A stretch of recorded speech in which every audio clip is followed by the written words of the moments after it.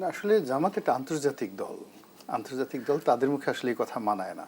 BNP একটা local দল। আমার কাছে মনে হয় জামাতের মতো এরকম কোনো গ্লোবাল পার্টি পৃথিবীতে দ্বিতীয়টা নাই। It's a global party. তো তাদের দৃষ্টিভঙ্গি, তারা নিজেরা এত বড়, এত উদার, এত তাদের আন্তর্জাতিকতা, তো সেখান থেকে বের হয়ে তারা বিএনপিকে এত ছোট ভাবছে কেন? বিএনপি লন্ডনে কথা বলেছে, একটা সংবাদ সম্মেলন করেছে, এটা কি দোষ? এক। দুই নম্বর হলো যে এখানে তো টোটাল বিষয়টা হয়েছে ডক্টর মোহাম্মদ ইউনূসকে নিয়ে। তো ইউনূস সাহেব যদি লন্ডনে বৈঠক না করে তিনি যদি বেগম জিয়ার সাথে ঢাকাতে করতেন, তাহলে তো বিএনপি না করতো না। কিন্তু তিনি করেছেন লন্ডনে। এখন লন্ডনে করেছেন, এখন যদি গালাগালি করতে হয়, রাগারাগি করতে হয়, ইউনূস সাহেবের সাথে করতে হবে, কিন্তু বিএনপির কোনো দোষ নেই।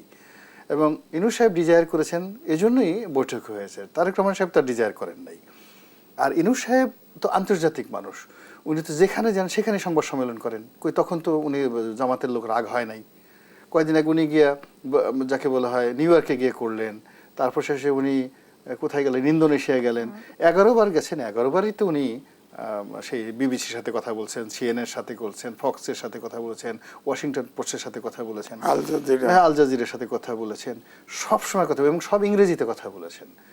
তো ওরা কখনোই তার মানে হলো না, because he is international figure.